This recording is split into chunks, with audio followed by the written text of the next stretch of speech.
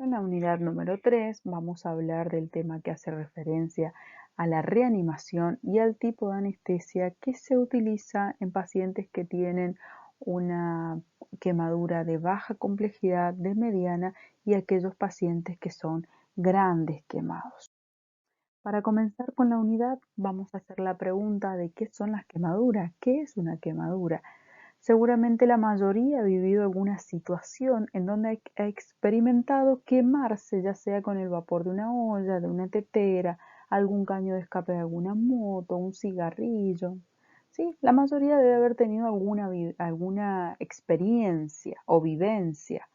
Entonces nosotros vamos a decir que las quemaduras son aquellas lesiones que se producen en los tejidos vivos y no es solamente en la piel, sino que esto también puede verse afectada la vía aérea de un paciente y que estas lesiones se producen por aquellos accidentes o aquellos agentes que pueden ser físicos, químicos o biológicos y que estos producen pequeñas alteraciones, o sea, un simple eritema y hasta producir la destrucción total de las diferentes estructuras.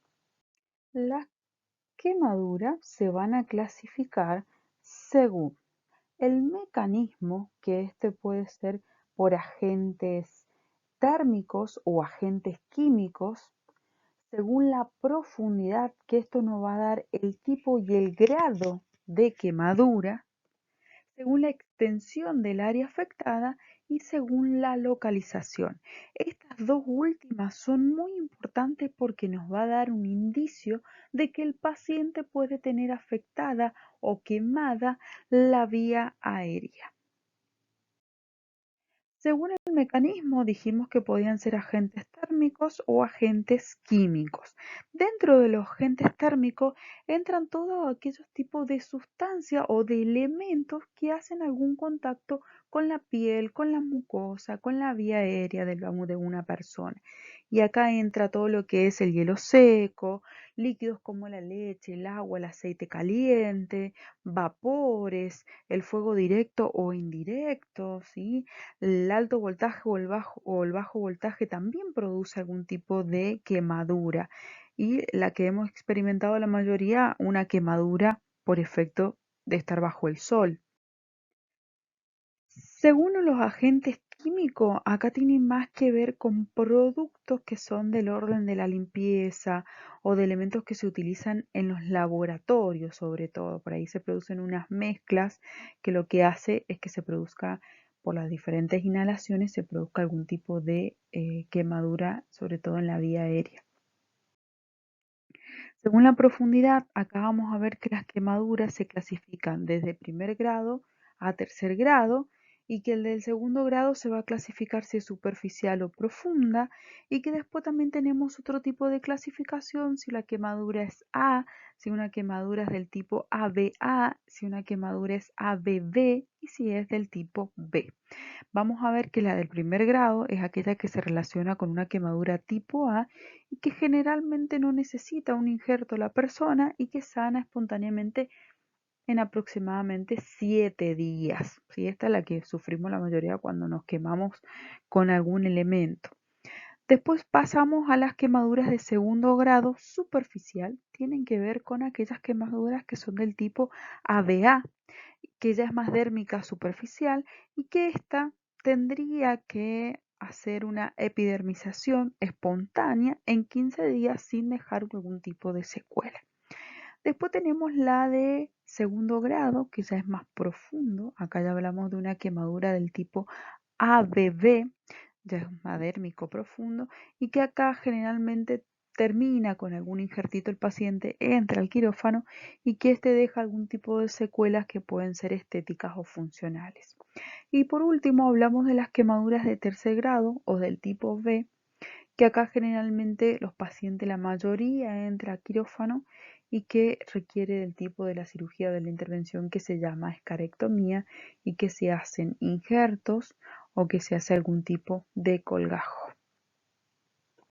Según la profundidad, vamos a ver esta ilustración que tenemos para que ustedes vean las diferentes estructuras que van siendo afectadas. Entonces, en la quemadura de primer grado dijimos que solo afecta lo que es la epidermis. Entonces vean la ilustración de la mano, que solamente hay una pequeña vasodilatación. Cuando ya hablamos de quemaduras de segundo grado, ya está afectando lo que es la epidermis y la dermis, ya sea superficial o la dermis profunda. Y por último, las quemaduras de tercer grado, que eran las del tipo B, acá vemos que ya hay una afectación completa de las diferentes estructuras, entonces acá ya hay un daño en epidermis, en dermis y en la hipodermis. Según la extensión o la superficie o el área que ha sido afectada, acá tenemos que hablar de la regla del 9%. Esta es una regla que utiliza la mayoría de los médicos para evaluar o para diagnosticar qué superficie corporal tiene afectada esta persona. Lo hacen cuando ingresa el paciente extraído a la guardia, entonces ellos evalúan rápidamente qué porcentaje de lesión tiene. ¿Vieron por ahí ustedes cuando escuchan que cuando salen las noticias o algún médico les da un diagnóstico que dice se ha quemado el 70% de la superficie corporal? A esto hace referencia, ¿sí? Entonces nosotros tenemos que hablar que la cabeza equivale a un 9%, pero si el paciente solo se ha quemado la parte frontal es un 4,5%, ¿sí? Si nosotros hablamos ya de lo que es el tórax y la parte dorsal, hablamos de un 18%. 9% se ha sido afectada por separado. Después hablamos del abdomen y la parte baja, la parte lumbar, también es un 18%, pero si ha sido afectada una más que la otra, se cuentan por separado, ¿sí? Después tenemos los miembros inferiores, cada uno equivale a 18%. Y los miembros superiores equivalen 9%. Y acá vemos que la región genital es la que vale o la que equivale 1%. Esto es la regla del 9% para pacientes adultos. Cuando por ahí la extensión es más chica y que no viene con una quemadura o que no es un paciente gran quemado, sino que el área es mucho más poco extensa, por así decirlo, solamente los médicos utilizan la palma de la mano y esta es la regla del 1%, nada más, ¿sí? Y esto se puede utilizar para cualquier edad, tanto en niños como en adultos. Según la localización, podemos tener que hay quemaduras en la cara, en el cuello, en las manos, en los pies, en los genitales, en la zona de flexión o en todo el organismo de esa persona. Dijimos que habían pacientes que tenían quemaduras que son de baja complejidad y que hay pacientes que son grandes quemados.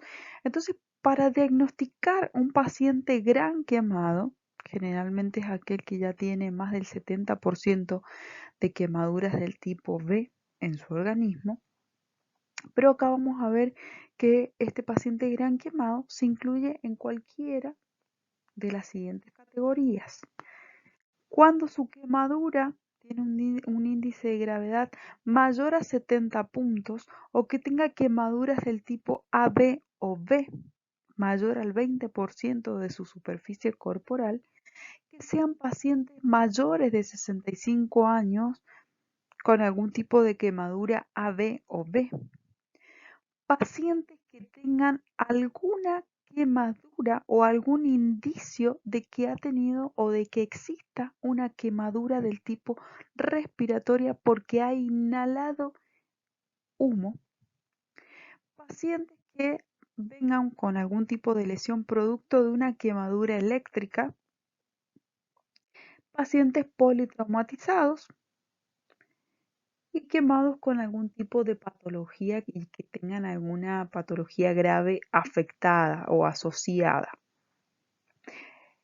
Cualquiera de estos, sí, o cualquiera de estas categorías, nosotros podemos hablar de que el paciente que ha sido ingresado a la guardia es un paciente gran quemado. ¿Cuáles son los criterios para definir a ese paciente gran quemado? Entonces dijimos, cuando la superficie corporal quemada es superior al 25% en adultos, cuando las quemaduras son profundas y tengan una afectación del 10%. Cuando las quemaduras afecten sobre todo la cara y el cuello, acá acuérdense en que hablamos de un indicio de que hay una quemadura del tipo respiratoria, acá hay una afectación de la vía aérea, ¿sí? Y pacientes que ya tienen una enfermedad de base, que son ASAS 2 o mayores y que han sido alcanzados por estas quemaduras. Esos son los criterios para definir a un paciente gran quemado. Pero cuando hablamos de que se sospeche que hay algún signo de que ese paciente tenga afectación de la vía aérea, es cuando tenemos que la quemadura se produjo en algún lugar cerrado, dentro de un vehículo, dentro de una casa. Cuando el paciente presenta algún tipo de estridor, de ronquera o de tos persistente, eso me da también muchísimo indicio de que ese paciente ha sido afectado su vía aérea, que tenga algún tipo de quemadura en la cara, en los labios, en la boca, de que haya hollín en sus secreciones respiratorias y sobre todo, obviamente, si el paciente tiene algún tipo de hipoxemia o que haya niveles de monóxido de carbono por encima del 2%, eso a mí me está dando que hay un indicio de que ha sido afectada esa vía aérea del paciente. Vamos a ver que hay complicaciones de estos pacientes que han quemado y por ahí estas complicaciones son las que se van a impactar cuando está en el quirófano, ¿sí? Porque a veces estos pacientes ingresan a la guardia, los estabilizan, están 24 horas o 48 horas en una terapia intensiva tratando de compensar al paciente y después los pasan a quirófano para producir su cirugía correspondiente y a veces los pacientes llegan a quirófano con algún tipo de complicación. Estas complicaciones que nosotros o que los pacientes van a presentar y que nosotros vamos a ver son a nivel cardiovascular, vamos a ver que el paciente está con un shock hipovolémico, ¿sí? Que puede haber producido algún tipo de infarto agudo del miocardio. A nivel respiratorio, que tenga algún síndrome respiratorio agudo, algún edema pulmonar. A nivel renal, lo más clásico, lo más común que se va a ver en un paciente gran quemado es la insuficiencia renal. A nivel neurológico, que se produzca algún tipo de encefalopatía por quemadura. Esto es producto de la intoxicación con el monóxido de carbono. Y generalmente a nivel inmunológico es la sepsis del paciente. Estos pacientes al perder su barrera, recordemos que la piel es el principal órgano y el más extenso que nosotros tenemos y que la función principal es proteger, ¿sí?, a nuestro organismo. Cuando se quema se pierde. Entonces, producto de esto se empiezan las colonizaciones y el paciente se vuelve más séptico o más susceptible a la colonización de los microorganismos. Cuando hablamos de la atención prehospitalaria de un paciente gran quemado, hablamos de aquellas maniobras que se han producido antes de que el paciente ingrese al hospital, ¿sí? Estas maniobras incluyen cuando se ha extraído o se ha sacado a la persona del lugar del accidente, si la quemadura tiene algo que ver con algún traumatismo que ha sufrido el paciente, hay que hacer una inspección y una visualización rápida y ver si se inicia con un RCP básico, o sea, con el ABC de lo que es la reanimación. Hay que tratar si ha sido afectada por algún mecanismo térmico, así como por ejemplo el fuego. Hay que tratar de disminuir la temperatura de la zona corporal afectada. Si la quemadura es por un agente químico, hay que hacer un lavado abundante de esa zona. Si es necesario, se comienza con algún tipo de oxigenoterapia. Se han llegado obviamente las ambulancias a través de una máscara de Venturi o de una bigotera. Si esto se está demorando el traslado del paciente, se comienza con algún tipo de fluidoterapia, sobre todo con cristaloides. Y cuando se lo traslada ya en la ambulancia o en algún vehículo particular, lo principal es tratar de calentar a esa persona hasta llegar hasta el hospital. Cuando una vez que ingresa al hospital y se le hace esa evaluación, ese tipo de a ver qué tipo de superficie corporal ha sido afectada, si hay una valoración rápida de la vía aérea, nos va a dar algún tipo de indicación para ver si hay que intubarlo o no a este paciente gran quemado. Entonces, dentro de estas indicaciones vamos a ver que tenemos indicaciones absolutas, indicaciones relativas, indicaciones poco probables de intubación orotraqueal. Dentro de las absolutas es cuando la quemadura es por algún tipo de inhalación, alguna quemadura del tipo oral, es una indicación absoluta para que ese paciente reciba algún tipo de intubación orotraqueal. Cuando el paciente no tiene una buena mecánica ventilatoria, cuando el paciente está acidótico, ¿sí? Cuando hay una acidosis respiratoria, es un tipo de indicación. Cuando el sitio de quemadura corporal es mayor al 20%, cuando el paciente tiene alterado o hay una disminución de ese nivel de conciencia, son indicaciones totalmente absolutas para que ese paciente lo intuben, ¿sí? Dentro de las relativas, cuando hay algún tipo de accidente en un lugar cerrado, cuando vemos o en realidad los médicos hacen la inspección y ven que hay vellos nasales o la cara está afectada, ¿sí? Tiene quemado, cuando hay hollín en su boca, en la laringe, y cuando son traslados a largas distancias, a grandes distancias, esas son indicaciones también relativas para intubar a un paciente. ¿Y cuando es poco probable? Cuando la explosión ha sido en algún tipo de lugar abierto, cuando el sitio quirúrgico quemado o afectado es menor al 20% y que no haya algún tipo de compromiso oral o nasal y que el paciente esté consciente y coherente, ubicado en su tiempo y espacio, esto es una indicación poco probable para que lo intuben al paciente. Pero sí, lo que a ustedes les quede claro, cuando se lo intuba a un paciente gran quemado, ¿sí? Cuando la quemadura es por inhalación, cuando tenga algún tipo de acidosis respiratoria, pero esto obviamente lo vamos a ver una vez que se ha hecho un ASTRUP y lo más importante también cuando la superficie corporal quemada es mayor al 20%.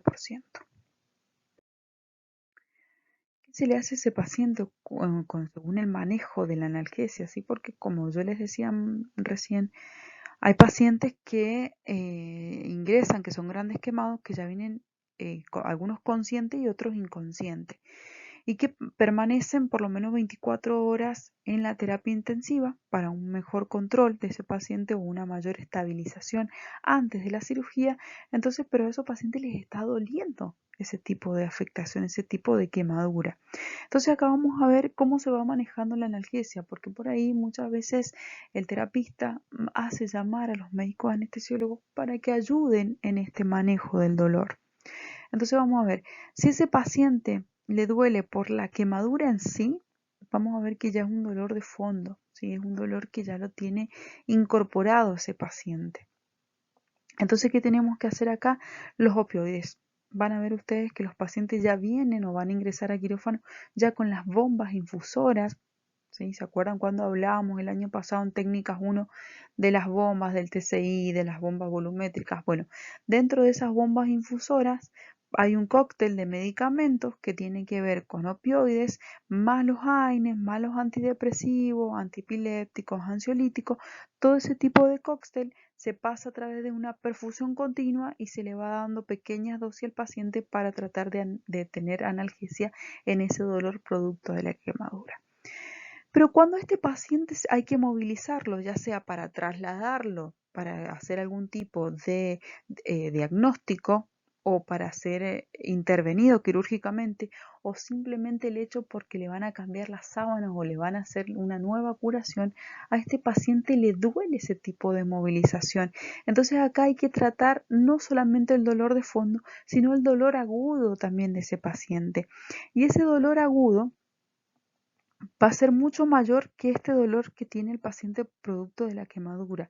Entonces, ¿qué hay que hacer? Además de esa perfusión continua que se le está pasando por opioide, hay que hacer algún tipo de rescate, así se le llama, ¿sí?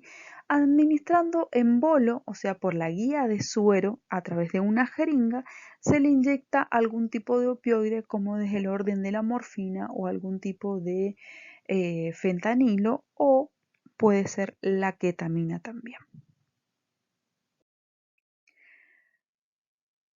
Lo que vimos anteriormente es antes que el paciente ingrese a quirófano. Cuando ya ingresa a quirófano, se le hace su respectivo tratamiento y este tratamiento se llama escarectomía, ¿sí? Acuérdense, en todo lo que termina en tomía es sacar, ¿sí? Es retirar, es limpiar, ¿sí? Entonces la escarectomía es como que van sacando todo ese tejido muerto, ¿sí? Lo van retirando para poder hacer o el injerto nuevo o esperar que cicatrice ese tejido. Esta escarectomía puede ser una escisión tangential o una escisión afasia, ¿sí? Esos son los dos tratamientos quirúrgicos. La tangential es cuando empiezan a hacer la eliminación de estos tejidos muertos a través de un aparato que se llama dermátomo. Esto tiene mucho mejor resultado estético, es una técnica más difícil de realizar y se utiliza sobre todo en quemaduras que tengan poca extensión. Y después cuando hacemos la escisión afasia, esto se realiza, se va eliminando estas células o estos tejidos muertos o que han sido quemados, ¿sí? Plano por plano. Se va realizando a través de un bisturí. Por ahí esta es la más indicada en las quemaduras. Es mucho más sencilla esta técnica, pero lo que tiene es que produce una gran lesión de los nervios y de los vasos cutáneos. Entonces lo que hacen hoy en día los médicos con el avance de la medicina y la tecnología, utilizan mucho la escisión tangencial, sobre todo para evitar que este paciente tenga algún tipo de lesión a nivel funcional. Acá vemos las imágenes, ¿sí? La primera vamos a ver que es la tangencial, ¿sí? Y la segunda la que es afasia.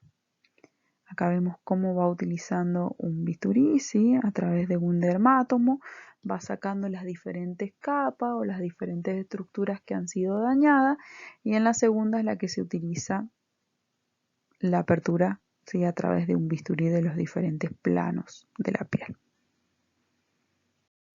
Entonces dijimos que el tratamiento quirúrgico de estos pacientes grandes quemados o los que tengan quemaduras de baja o de mediana complejidad es realizar una escarectomía. Esta escarectomía era la remoción de los tejidos muertos. Eso empiezan a hacer primero a través de un dermátomo, van sacando las diferentes estructuras que han sido alcanzadas por las quemaduras.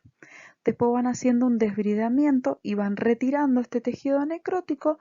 Una vez que queda limpia, ¿sí? Que han sacado todo ese tejido necrótico, a veces no lo hacen todo en una sola cirugía, a veces este paciente necesita varias intervenciones quirúrgicas para lograr esta limpieza absoluta y recién realizar lo que es el autoinjerto o el injerto de estos pacientes, y si en algún caso lo necesita, hacen algún tipo de realización de colgajos.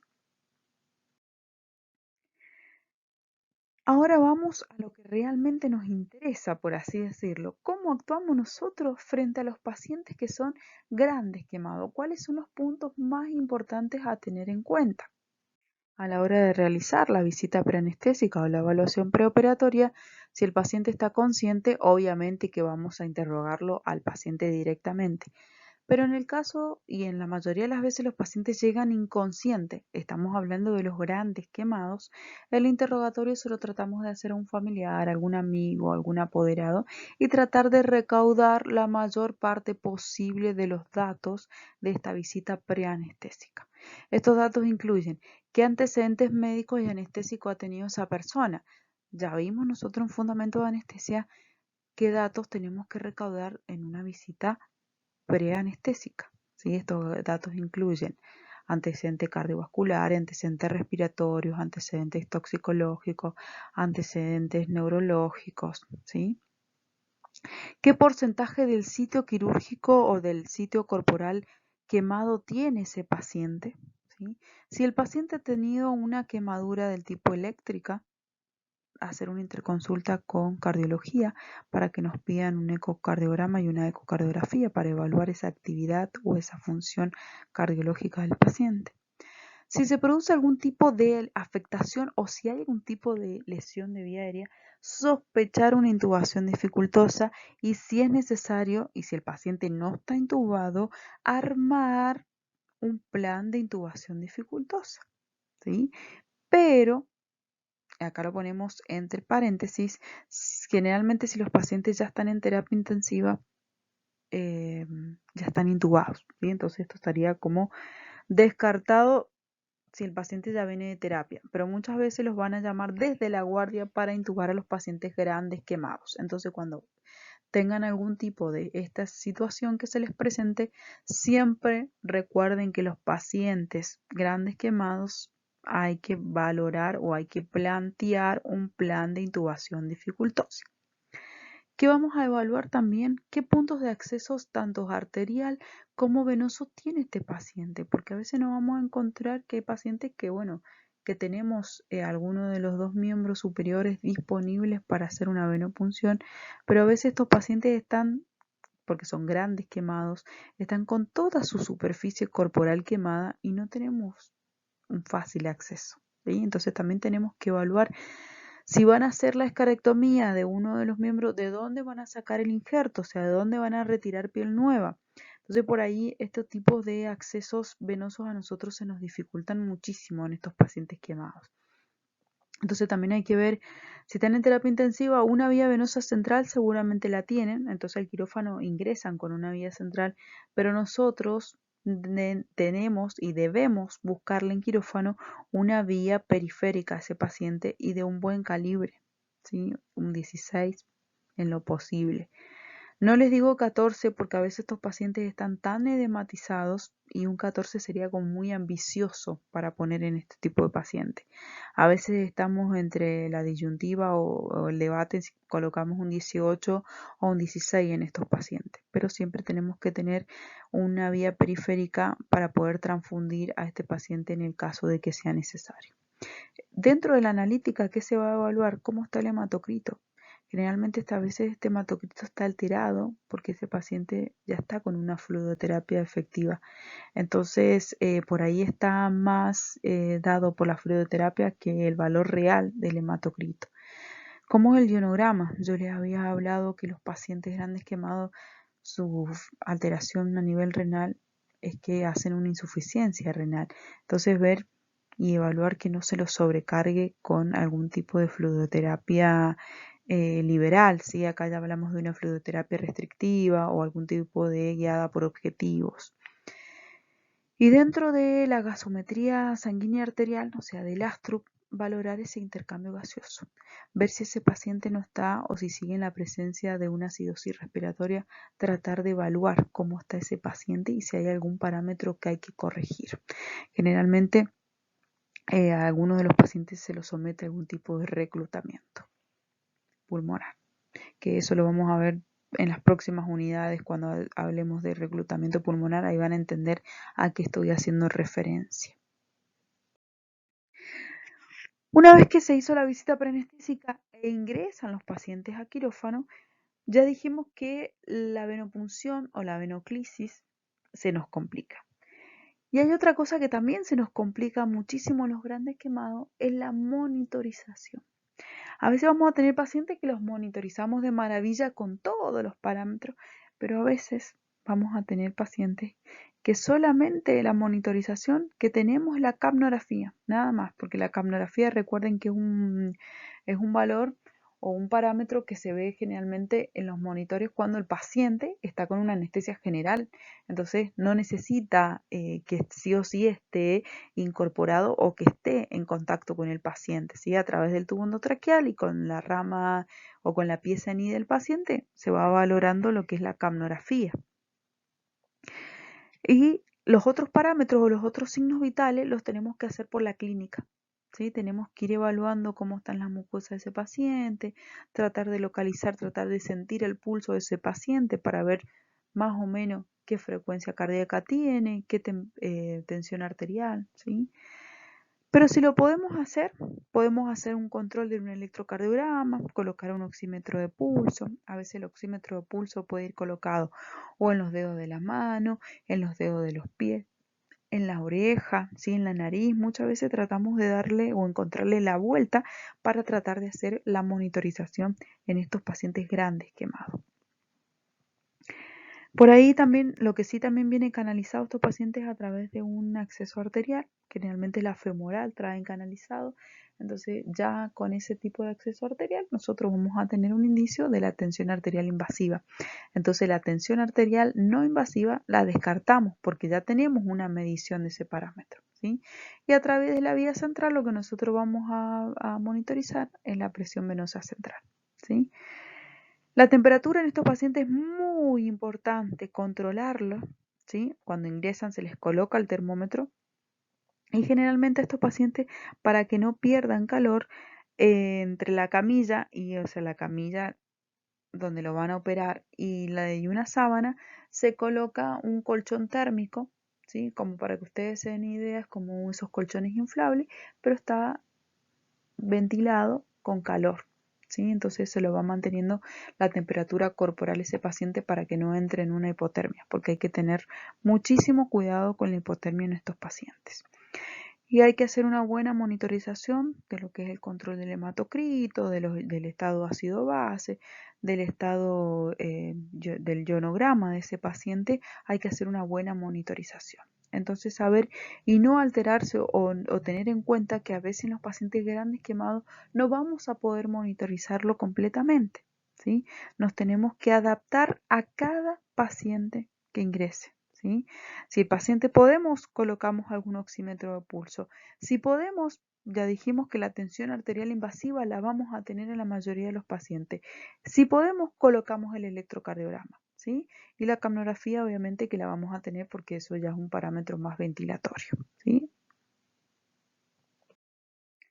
En cuanto a la técnica anestésica, vamos a ver que si los pacientes son grandes quemados, ya dijimos que va a haber una intubación dificultosa. Entonces acá hay que hablar de un plan, de un manejo de vía aérea difícil. Entonces acá hay que tener los elementos de la vía aérea difícil.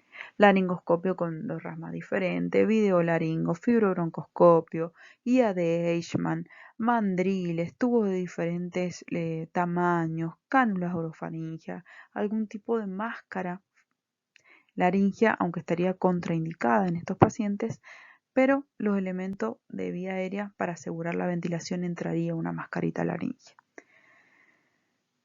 Acá hay que hacer un tipo de inducción sin relajantes, porque lo que van a hacer los relajantes, sobre todo la succinilcolina, en estos pacientes va a hacer que se libere el potasio al torrente sanguíneo, ¿sí? Y esta liberación del potasio va a producir una hiperpotasemia, ¿sí? Y la hiperpotasemia es el efecto adverso más serio que se puede producir en los pacientes grandes quemados, porque como no tienen, cuando una persona se quema, esos canales, ¿sí?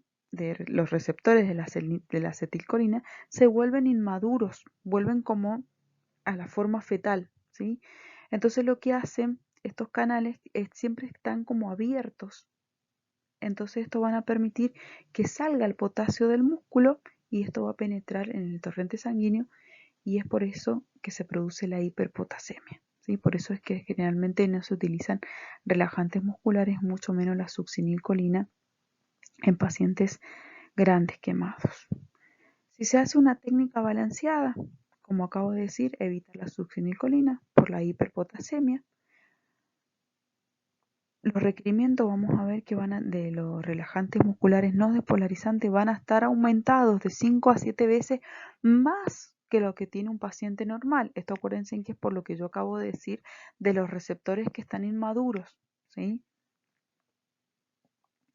Y también que van a tener aumentados los pacientes quemados los requerimientos analgésicos porque les va a doler. Entonces ellos van a ser más demandantes de opioides sobre todo. Y acá aparece un excelente, ¿sí? Analgésico, que es la ketamina. Acuérdense que la ketamina, además de ser un inductor, también es un potente analgésico y tiene la particularidad o la característica de que preserva lo que es la estabilidad hemodinámica en los pacientes, en la ventilación, que los reflejos de la vía aérea no se van a modificar, pero le está dando analgesia a ese paciente. Entonces se puede intubar tranquilamente o pueden llegar a trabajar los médicos sin requerir de una intubación, ¿sí? Acá en el quemado siempre tengan a mano la ketamina y cargada en buenas dosis, ¿sí? Generalmente utilizamos casi 200 miligramos de ketamina a veces por paciente, ¿sí? Dentro de las complicaciones intraoperatorias que tienen estos pacientes grandes quemados, las que se presentan con mayor regularidad son la pérdida de la temperatura, o sea que el paciente esté hipotérmico durante toda la cirugía, es por eso que se utilizan las mantas térmicas, ¿sí? O el colchón térmico. y sobre todo también la hemorragia. Van a ver que son cirugías que sangran muchísimo y que por ende se los transfunde a los pacientes intraoperatoriamente porque desciende rápidamente ese hematocrito del paciente. A veces hay pacientes que necesitan más de una cirugía para poder resolver esa situación que han vivenciado, ¿sí? Esa situación de su tejido necrótico y que necesitan nuevamente un injerto o un colgajo, entonces a veces pasan hasta 5 veces por quirófano. Entonces esas intervenciones van dejando secuelas y sobre todo son muy importantes las secuelas que quedan a nivel de lo que es cara y cuello, ¿sí? La cabeza y cuello. ¿Por qué? Porque esto nos va a dar cicatrices que afectan la parte funcional de esa persona y esto nos va a dar que la persona resulte con algún tipo de rigidez cervical, que tenga poca apertura bucal, algún nivel de microtomía, entonces esto lo convierte a que la persona o que el paciente sea de una intubación dificultosa. Entonces acá hay que evaluar o plantearse el manejo de vía aérea dificultosa. Y cuando nosotros nos dicen si este paciente es probable intubación dificultosa, ya saber qué elementos de antemano tengo que tener preparado, ¿sí? Entonces, ¿qué son? Una máscara laringea, según el tipo de intervención que se va a realizar, pero entra dentro de lo que es una ventilación para asegurar la ventilación en esos pacientes, pero dentro de la intubación entran videolaringoscopio, un laringoscopio con 2 ramas, tubos de diferentes tamaños, cánulas orofaringia, em, pinza Magil, mandril, guía de Eichmann, el fibrobroncoscopio. Todos esos son elementos necesarios que nosotros tenemos que tener listos, armados, para cuando se habla de un manejo de vía aérea dificultosa. Y tener en cuenta que esto por ahí es una consideración relativa, que no se utiliza succinilcolina, por lo que dije de los receptores, que por ahí están un poco inmaduros, ¿sí? Y que siguen liberando potasio al torrente sanguíneo, entonces para evitar que se produzca una hiperpotasemia. Recordemos que los valores normales de potasio son de 3,5 hasta 5 se podría considerar normal, ¿sí? En los pacientes grandes quemados por ahí tiende a ser un poquito mayor estos niveles de potasio. Y si nosotros aumentamos esa descarga de potasio producto del uso de la succinilcolina, esto puede llegar a que se produzca una insuficiencia cardíaca, ¿sí? Recuerden que el potasio en sangre es lo primero que va a afectar es el corazón. Entonces por ahí esto es una contraindicación relativa si el paciente ha tenido 2 años de antigüedad con este tipo de lesión o con este tipo de afectación de quemaduras, ¿sí? Entonces esos serían los puntos claves o importantes que ustedes tienen que entender a la hora cuando se presenten en quirófano con un paciente gran quemado, ¿sí? El uso de los relajantes musculares, utilizar siempre ketamina, tener armada, ¿sí? Plan de manejo de intubación dificultosa, saber que va a costar mucho la monitorización y la canalización en este tipo de pacientes y que hay que cuidar muchísimo la temperatura corporal de estos pacientes porque tienden a la hipotermia.